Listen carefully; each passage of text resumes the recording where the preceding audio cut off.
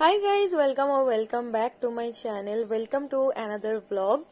আজকে ভেবেছিলাম যে খুব ভালো করে একটা ইন্ট্রো দেব, ব্লগটা স্টার্ট করব, বাট সেরকম কিছুই হয়নি কারণ খুব সকালে আমরা বেরিয়েছিলাম আর লেট করে গিয়েছিলাম। আর এইখানে আমি তোমাদের সাথে কথা বলার চেষ্টা করছি, বাট এতই পরিমাণ বাজে সাউন্ড এসেছে, হাওয়ার এত ফড়ফড় আওয়াজ এসেছে যে ওটা দেওয়া যাবে না। তো যাই হোক, আমরা যাচ্ছিলাম ক্ষীরপাইয়ের বড়মার মন্দিরে। তো ওই দিনের সকালের ওয়েদার খুবই বাজে ছিল, পুরো একদম দেখতেই পাচ্ছ কুয়াশায় ঢেকে রয়েছে। আমরা তো মাঝপথে গিয়ে ইভেন ফিরেও চলে আসবো এরকমও প্ল্যানিং হচ্ছিল, কারণ হালকা হালকা বৃষ্টিও শুরু হয়ে গিয়েছিল। সকাল থেকে গালি খেয়ে খেয়ে আমার পেট ভরে যাচ্ছে মোটামুটি। এই আমি যদি ম্যাপ দেখি কোনো জায়গায় যাওয়ার সময় আমার আর তাহলে বুঝতে পারবে, ঠিক আছে? তো যাই হোক, নাড়াচল রাজবাড়ি পেরিয়ে আমরা এখন আরো আগের দিকে এগিয়ে যাচ্ছি।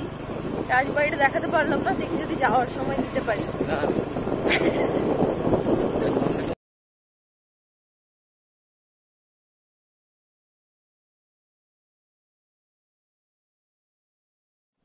এত সুন্দর একটা জায়গায় দাঁড়িয়েছি।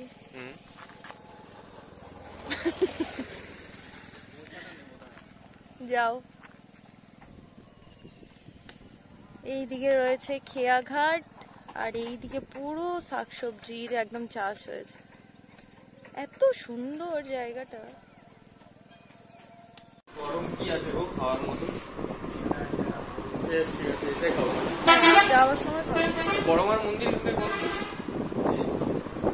2 কিলোমিটার দাঁড়ানো। এই আমরা এখানে মিষ্টি নিতে দাঁড়ালাম। তো এই এসে আমরা মন্দিরের কাছে পৌঁছালাম।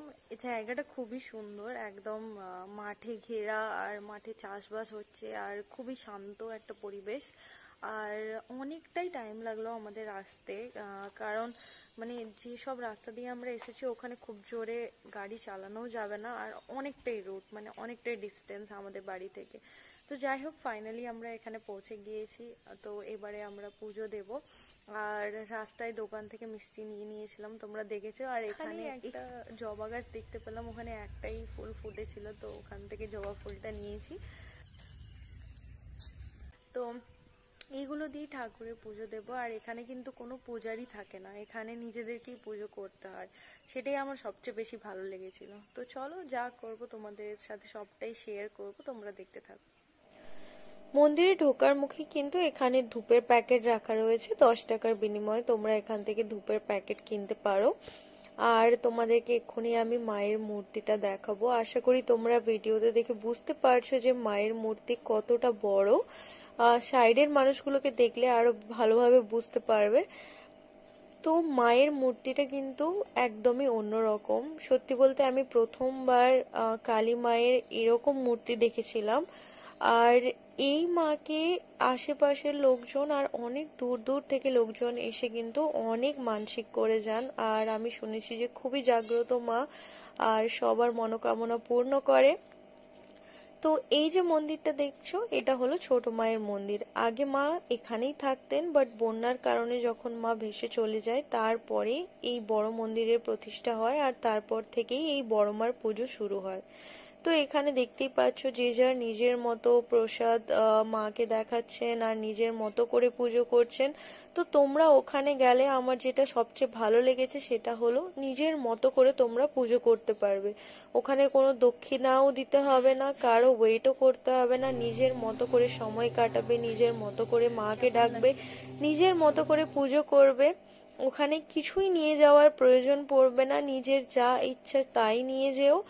আর যদি কিছু কেনাকাটা করার থাকে, ওখানে কিন্তু বাইরে মিষ্টির দোকান আর পুজোর জন্য যা যা সামগ্রী লাগে সব কিছুই ওখানে পাওয়া যায়, ওখান থেকেই তোমরা পারচেস করতে পারবে।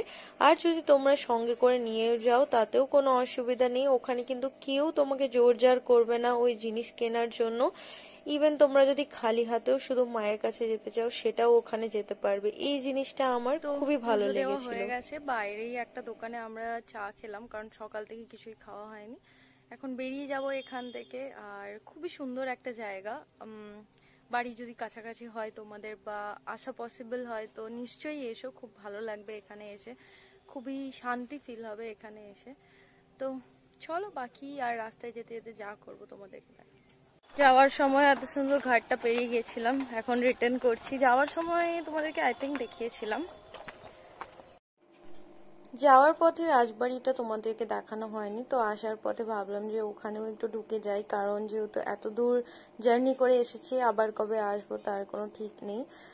তো এখানে দেখতে পাচ্ছ এটা ছিল একটা ওমেন্স কলেজ। তো এখান থেকে আর একটু এগিয়ে গেলেই পরে রাজবাড়ি।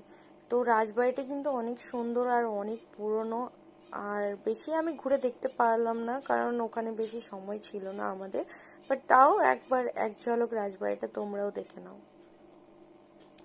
তো এরপর আবার খেয়াঘাট পেরিয়ে আবার আমরা বাড়ি ফিরে এলাম। যদি তোমাদের এই ভিডিওটা ভালো লেগে থাকে, do like, share and subscribe to my channel. তোমাদের সাথে দেখা হবে আবার অন্য কোনো ভিডিও নিয়ে।